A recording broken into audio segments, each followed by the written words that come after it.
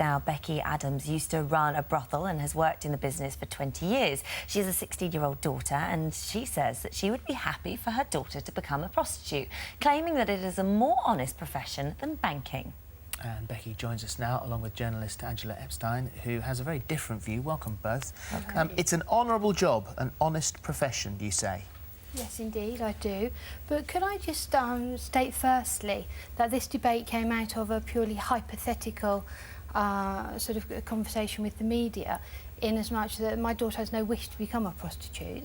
And my points were that rather than be happy with her being a sex worker, if she was determined to be a sex worker, that I would actually support her, which to me is different from being happy for her, because I personally believe that young people, or anybody really who does end up becoming involved with sex work, can be made much more safe and helped and mentored, I suppose. So you would support her rather than actively dissuade her? Well, I think, as a parent, and any mother out there knows, she's a young person and they ignore me. You know, I give her advice endlessly. You know, study a language, stay at college. She ignores me. I ignore my mother. You know, my mother's not very proud of me sitting here on the sofa today. It wasn't what she planned for me.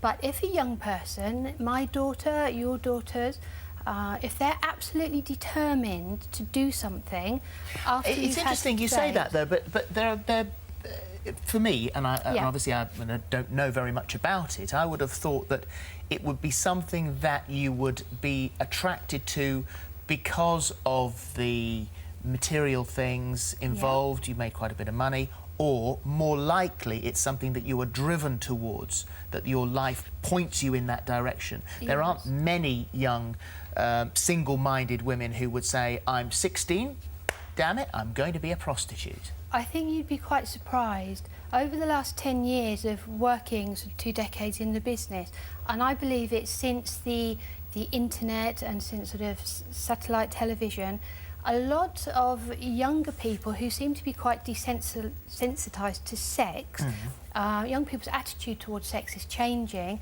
I think that's a worry. That really disturbs me. But so surely you should work even harder to keep her away from it, because she's become, in your words, desensitised. Yes, but well, I'm talking across society. I'm not talking about my daughter. I'm talking about everybody's daughters. And so young people are becoming more acceptable of sex. And I noticed in my career of running brothels that we were actually getting young people, as soon as they were 18, coming along and saying, this is what we've wanted to do, you know, since we were 16, we've read in the papers we can sleep with footballers and do this and, you know, earn £3,000 a night. And they are actually actively wanting to do that as a career choice. I don't think that's a modern day thing. Isn't that something that I think any youngster, when they get to a certain age, wants to do? But I guess it's the guidance of the parents or society of that time what makes that more acceptable. Angela, let's come to you, because you've got children. 4 children? Yes, You've got 4 children. So what do you think of this attitude? I mean, if this is a kind of, if you can't beat them, join them, it almost feels like you're giving up as a mother in a way. I mean, I think if we remove the words prostitute and put in X factor, then that would be fine. I could understand somebody saying, you know, it's not a plausible career, but I'll support you if you want to try and be a pop star. But let's be clear about this. We're talking about somebody who is prepared to support their daughter in commodifying her body and selling it for sex. We're talking about sex with strangers, and I find it a really depressing and appallingly bleak outlook if your daughter does want to actively embrace the sex industry, which she doesn't. No, which she doesn't. Yeah. But the point is that I don't think you should even be opening the door for the conversation, because as soon as you open the door, there's almost a tacit admission that it's not terrible if she's prepared to entertain the possibility. Nobody has the conversation. I'm now working with the Big Lotto Fund and Swansea University on a huge project for students in Wales, because whether or not you have the conversation, young people are going to go into sex work.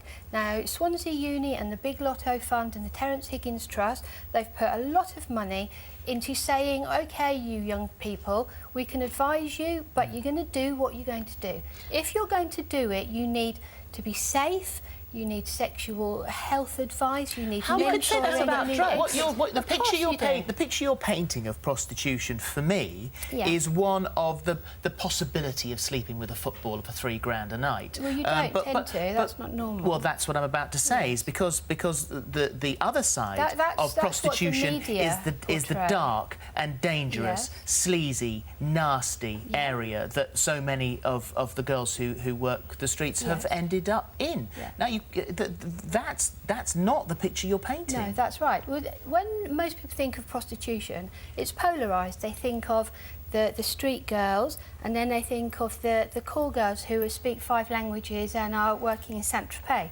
What people forget is most of it happens in the middle. It's really quite ordinary work-a-day massage parlours and ladies working in flats who do a shift, 10 till 6. You know, they go home. Over my years, I've had nurses, accountants, solicitors, students, all working, you know, with me. Who passed through the trade. Yeah, who've come and worked with me. And then went on to do quite often, you see, they'll just come in and they'll maybe do 6 months to tide them over, and then they'll stop and then they'll do another 6 months. Do you think that in a way that you have to say this because it would be hypocritical of you not to? You have other people's daughters coming in and working for you, so therefore if you weren't to say this, then it would make you a hypocrite. I mean, to me, you see, if you look at Becky, this is very much kind of soft focus street walking. We're talking about somebody who gives a very articulate and plausible account of what it is to go into the sex industry. It's almost as if she's recruiting for a chartered accountancy firm. You know, we look after people, we guide them. You could say the same thing about drug taking. It's great that if there are sort of institutions and programmes in place to do it safely, but the very fact that we open the door to the conversation means that we almost give it, if not our approval, then at least some kind of support for something which, let's be clear, is about young people selling their bodies for sex. We're not talking about Julia Roberts in Pretty Woman,